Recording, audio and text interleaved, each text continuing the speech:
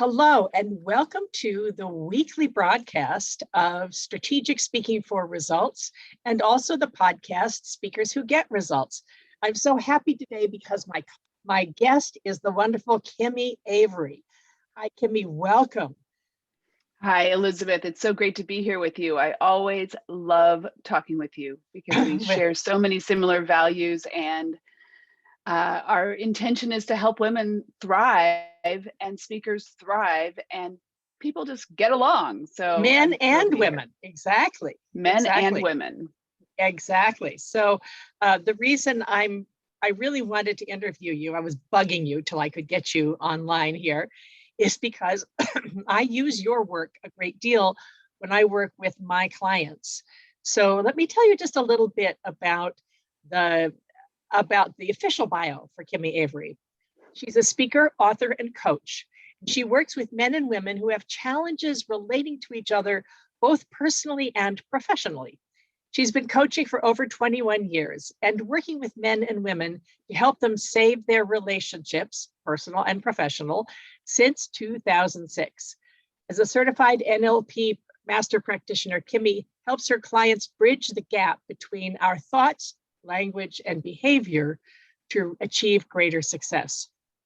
She's got a master's in counseling and a bachelor's in family studies and human development, which provide her with a foundation to help men and women navigate and create the harmony that they really want professionally. She's also the creator of the Super Genius Teams program and the Voraciously Curious 2-day workshop. She's a best-selling author. Congratulations. She's featured in the Grandmother Legacies book, and her upcoming book, Relationship Navigation, has been endorsed by Dr. John Gray of the Mars Venus book series. So, Kimi, the reason I wanted to ask you about this is because you were saying the other day something really important about how we can listen to each other. And if we know how the other person is hardwired, let me say, so our communications are hardwired, how can we know what to ask for, how to ask in a way that the other person will actually hear us? Well, there are two pieces there. Number one, typically, so I describe it, there's the masculine, which is the provider, protector, producer energy. That could be a man or a woman. Mm-hmm. You've got the feminine, the supporter, adapter, enhancer energy, man or woman. Either way, they're two sides of the same coin and they support each other. You can't have a leader without supporters. There's no successful leader who doesn't have any supporters, right? Right. And their supporters like to have leaders to follow, to do their job, right? So that's an important distinction. So the masculine is really single focused. And when they're single focused and the feminine asks a question or makes a request or gives information, sometimes we're always interrupting that masculine energy, number one. And sometimes they don't remember what we said, which means then we take it personally, and we as women. Yes. We as women, or somebody in the masculine, or a man who's in feminine mode, or in this mode. It's not about gender. It's about styles of being, modes of being. Okay. And so this person will get their feelings hurt, think the person doesn't care about them, respect them, or if it's a romantic relationship, love them enough to do the right thing because I talked to you about it. But this person may recollect it, may not, may have a focus on something else at the time. So while they might register, oh yes, that's important, it's not part of the plan at the moment. So, but they don't communicate that to the other person. So this person ends up walking away. The next time this person approaches the person who's hurt, they have no idea why that person's being nasty to them, upset, cranky. Those are all nice words to say what people really think. Yes. Yeah. Which is not always very pleasant. And So then they back away. So then the conversation never happens. And so that's the foundation of how the disaster starts. Well, let's Right? just call it the masculine and feminine. I know you say the individualistic and the relational as well. Yeah. Basically, are you motivated by going in one direction and doing one thing, or are you paying attention to all the things around you? Right. Right. Right. And it's majority masculine or feminine. So I think we should probably say that to make it clear today.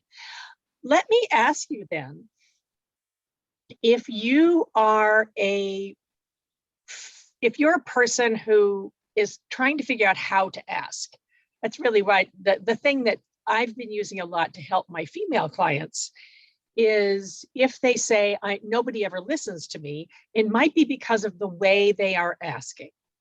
Absolutely. So can you talk to us a little bit about the assumptions that people in feminine mode make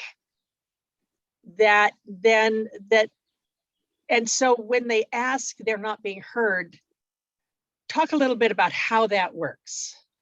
Well, the first key is what I was just describing, which is the timing. If your timing's off, you're going to have trouble. Mm-hmm. I call it the respect factor. This is the key piece. You've got to notice if this person's in a single focus mode. If they are, if that masculine person, whoever's in the single focus mode, is in that mode, you've got to recognize that you will be interrupting them. Mm-hmm.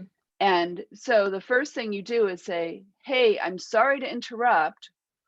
I've got something important I need to talk to you about the plan you're working on, mm-hmm. or something important to me that it will take 5 minutes, it'll take half an hour, whatever that mm-hmm. is. You've got to recognize that you're interrupting. That's the key.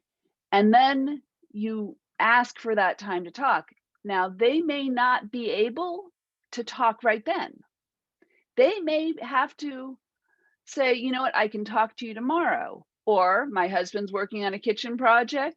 When that project's over, we can talk about a vacation. We can't talk about it right now. It's just off the table for lots of reasons, but mostly because my husband's like a pit bull with a bone when he's on a project. It's like you can't get him to do anything else except mm-hmm. for focus on that, which is great because he gets stuff done.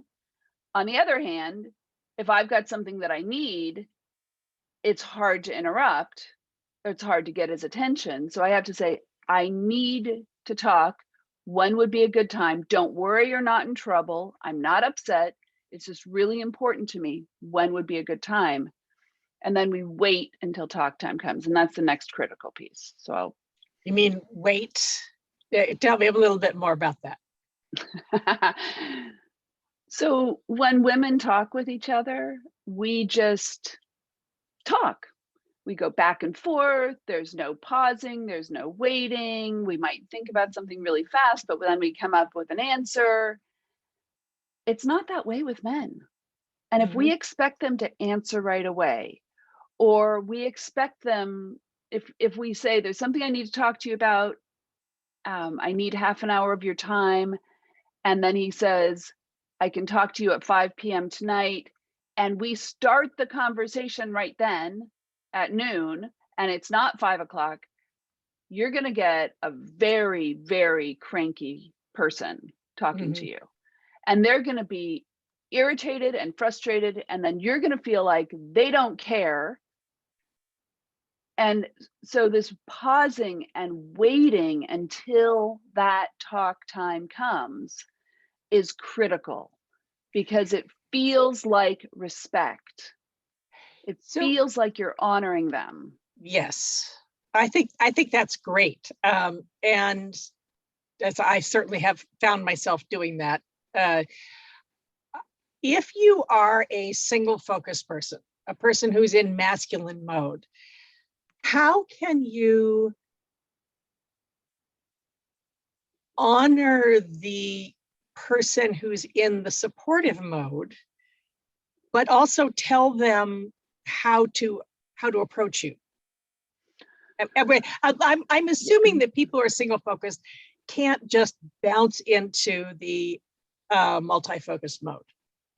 It's very difficult. In fact, the single focus comes from the levels of testosterone in your system or from our adrenal glands, which is one reason why women get adrenal burnout. So it's a gargantuan task to get most women to be able to truly single focus, right? It's not in our hardwiring. With that said, if we want to get there, if you are in masculine mode and you've got somebody in your team who needs your attention and you can't talk right then, or they interrupt you all the time, or I'll just leave those two there. Those are pretty big. Yeah. What you can say is, I'm really single focused. I really do care about what you have to say. It would be really helpful if you could make an appointment with me. And if it's really important, I can drop everything, but let me know that. And like the house is burning down. We need to do it right now. Okay, let me know that, no problem. But when you interrupt me regularly, I don't get what I need to get done. So it doesn't work for me. And I do want to support you. My brother and sister-in-law worked it out where she was the person out providing for the family. And she would give him, or she would call him and give him this sort of honey to-do list throughout the day. And Eric said, no, you write me a list in the morning of everything you want done. So he could do it sequentially. And one result, then the next, and he was a perfectly good stay-at-home father and house maintainer, right? But the dropping it in throughout the day did not work for them. So she wrote the list in the morning, and only if it was really urgent did she get to add something to that list. Right. Okay. So if we are, let's talk a little bit about the resentment and sort of the mind reading or expecting mind reading, because I heard you say something about that the other day and I went, bingo. Yes, exactly. I assume that since I've said it, they're going to understand, and then they ignore me. It means they don't care. Yeah. So the foundation of this is the critical piece. Women typically look at men as hairier, misbehaving versions of ourselves. Okay. Who are either doing things we would never do or not doing the things we would do. And we're upset. So we're kind of chronically upset, which is why my work is considered the cheapest facelift in town. Yes. On the flip side, the masculine looks at the feminine as kind of smaller, emotionally indulgent versions of themselves who can't get to the point to save their lives. Because women can be verbose. Now, we often talk about our problems, what's not working, what needs to be fixed, but we're not really offering a solution. Instead of cutting out all the junk of what's not working and why we're upset, we can say, I need to leave work at 5 p.m. I have a family at home. I need to leave work at 5 p.m. I need to get all my assignments by 7 a.m. so I can get everything done that needs to be done during the day. Without, oh my gosh, I'm late for the babysitter and my husband's mad, or whatever the situation is. Without all that garbage, and it kind of is garbage, and I don't mean to be insulting, but when we're upset, it feels like it is everything to us. And then we make decisions based on that. And this is one reason why companies lose women. I was brought into Shell Oil because they had just lost a female engineer that they had spent a fortune finding, hiring, training, and after 4 years, she had left. And she left because she couldn't work with all the men. And it wasn't that she couldn't work with the men, it was that she had no idea how to navigate working with men in a way that worked. And they had no idea how to support her in the workplace. And so that upset, she left before she said, hey, the boss's name was David. Hey, David, there's something I need to talk to you about. I don't feel respected, and I need to feel respected, and I need to, they didn't have the tools. So she wasn't able to express it except in the upset, and then she left. Now that's another point that I was on my list of things to ask you about is I've just recently had a conversation with a client who had things go against her in a negotiation. She didn't get what she wanted, and she loves the company. She loves her job, but she doesn't, when she asked her what she needed, she didn't feel heard. And so she was personally, emotionally upset and ready to walk away. Talk about that phenomenon where the whole bit of it's not personal, it's not business, as Tom Hanks said in You've Got Mail, how we can be trapped by that, and how can we try to not get caught by that trap? It's tricky because as the feminine, we have this special organ right here called our feelings. Mm-hmm. And we act on our feelings. We feel something deeply, and then we typically will act on it. Mm-hmm. And often those feelings have compounded over a large period of time. So much so that it's hard not to respond to them. The masculine energy feels things deeply and then thinks about the right thing to do and then acts on it. So that's sort of the two different ways of handling it. So the masculine will say, you're being too emotional. And we're like, it is just all consuming, right? Mm-hmm. So how do you manage that? Number one, you've got to make sure you're doing good self-care. You've got to take care of yourself. Meditate in the morning or throughout the day.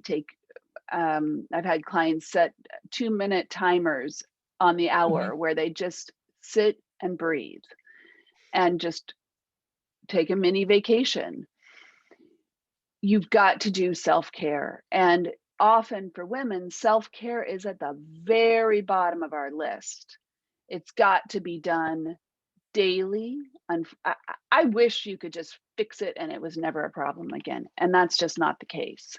You've got to do it daily. You have to get your sleep. You can't be nice. You can't be reasonable. You can't be what the masculine would call reasonable if you are sleep deprived.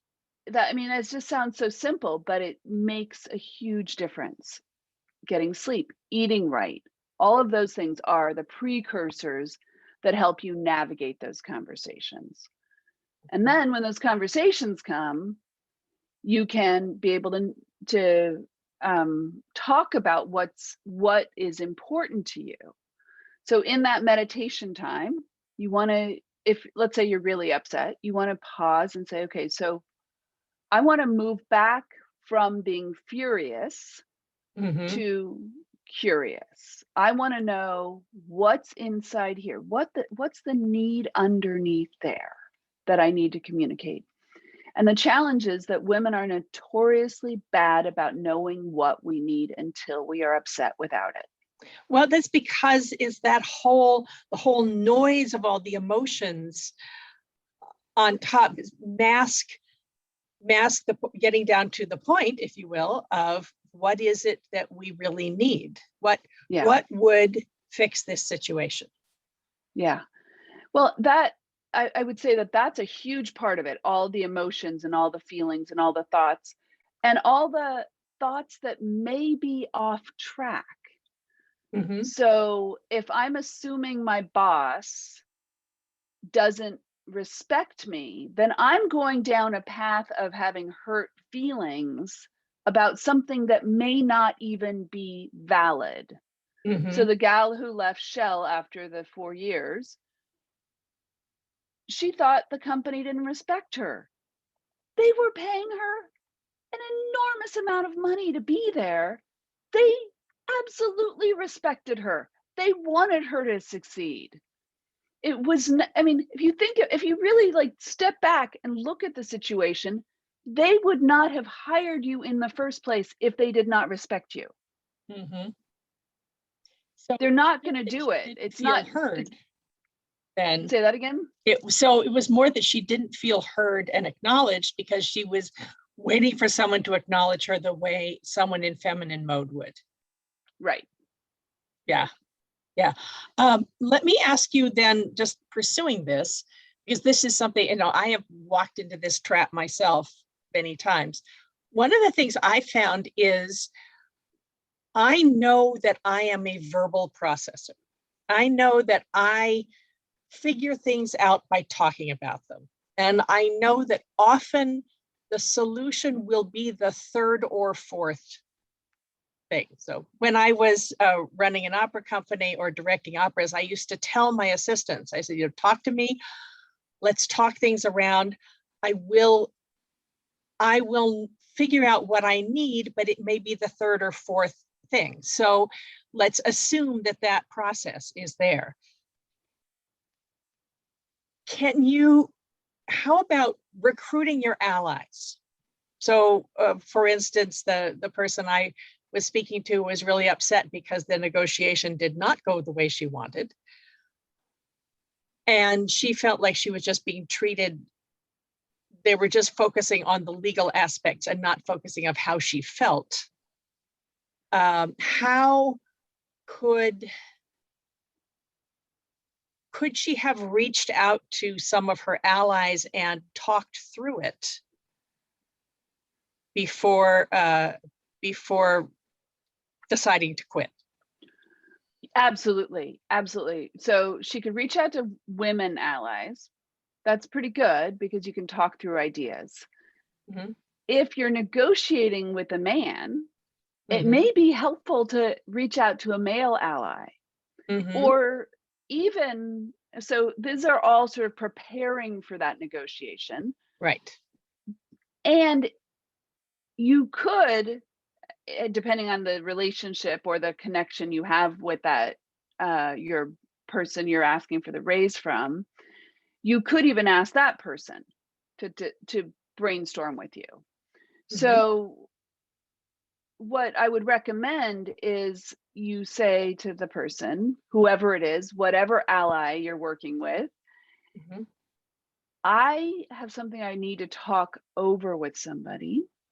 I don't have it sorted out in my head, and I need to say everything I've tried before I have any interjections. Because what happens is if we're upset, somebody in masculine mode will try and fix it. Right. Doesn't feel good because we've tried things and we're like, we've tried that. And then it's irritating instead of helpful. So we set our listener up to win by saying, I've got to run through some ideas. I think this will be a quick conversation. I think this might take 5 minutes.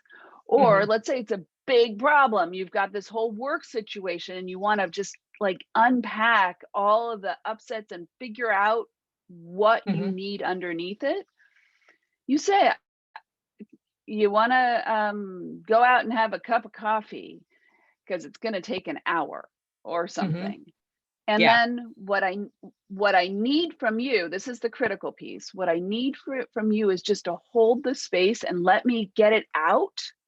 Yes. And then we'll go into problem solving mode. But you're setting your listener up to be able to be successful with you. They want to help. They wouldn't give you their time if they didn't want to help. I mean, we know time is precious. They're not going to sit there for an hour if if they don't think you're valuable to listen to. Really, they won't. So giving them the information I need to be able to talk about all of this and then get your feedback and hear your thoughts. Because then you have all the pieces on the table and then you have at it. Tell me what you think would be best or what your perspective is. I must say that as you're saying this, there's a part of me that says, why do I have to change the way I communicate in order to get what I need? That's the famous question. I get asked it all the time. Okay, yes. Okay, so why do we have to do all the work? That's how it usually shows up. Well, I've read every book on personal development. Why do I have to do this? Well, number one, the men respond to us.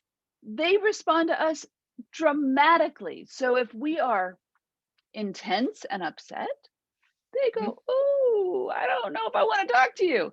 And if we are a little open and friendly, they're going to be more open to talking to us. They are very sensitive to our emotions. And we can be a little scary when we're upset. You know, me? No, just yeah, right. I know that. I have scared people. Yes, indeed. Yeah. Right. And so, I mean, thank God I'm not the only one, right? It's every woman I know has these moments of outbursts, and it's not that it's not like we think, oh, I'm going to go be angry. Actually, I did that once, but that's a different story. The emotions that we're feeling, so I think I kind of lost track of the question. Do you want to why do we have to do all the work? Yeah. Why do women have to do all the work, or feminine mode? Let's put it that way. Okay. And where I was going was they respond to us. So if we want a particular outcome and we want to spend time not upset all the time, not cranky, not feeling disrespected or unheard or unvalued, and that whole litany of problems that we feel that we experience in the workplace, if we want to not experience that, it behooves us to do a different skill. And this is a skill set that I didn't know until I was 36. I'm 50, almost 54 now. It literally changed my coaching practice because all I could see was these relationship dynamics playing out personally and professionally. It was like everywhere. And how I'd see a couple friends of mine who were getting divorced because she was upset. She had things that she needed. He didn't know about them, or her feelings would be hurt. He didn't pick up the hints, and women typically talk in hints. So why do we have to do the work? And why do we have to learn this and get this skill? It's because it works. Out of all the books you've read, all the things you've had, I've studied nonviolent communication. That's great. And a lot of my clients have studied it. But guess what? It doesn't teach the masculine feminine dynamic piece. And without that, you're lost. Right. It just doesn't work because I need to express myself and my feelings, and he doesn't want to express his feelings because why trust feelings? I'm going to do what I think is right. Well, the masculine person needs to know how important our feelings are to us, to not discredit them, right? That was going to be my next question, is if you are someone who's mostly in masculine mode, how can you adapt, or how can you help the people in feminine mode to get what they need from you? Again, as we said earlier, I go back to what you said earlier, just saying, I can't think about that right now. Please talk to me. Could we talk at 5 o'clock? And then you will have all my attention. Yeah. Well, and ladies, the thing that when the man you need to talk to gives you his attention, it feels like heaven. I mean, it's like, oh my God, he's paying attention. And that's so really using that respect factor will give you that. And if we are able to, if you're in masculine mode and you've got a feminine person upset, and you want to help her get what she needs. Number one, you could say, I really do want to know what you need. And it looks like you're upset, and I'm guessing you're not completely clear. Number one, can we sit down, and I want you to, let's unpack this. Let's try and figure out what it is you need that's underneath there. Because I get that you've got some strong emotions happening right now. And if you can toss in, I respect you and I want you to succeed, that's going to go a long way. Okay. Just offering that time will be good. And also give her a time limit.